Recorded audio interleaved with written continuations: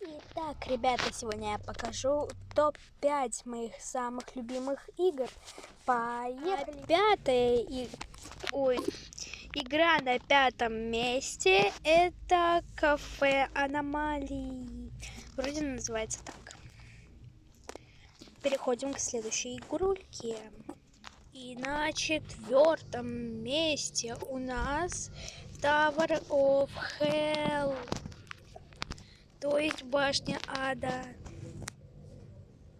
Следующая игра, то есть на третьем месте, и это Страшные суши. На втором месте у меня это вот такая игра, где у меня уже 23 прыжка можно делать. Короче, в этой прыжке ты вот так вот развиваешься.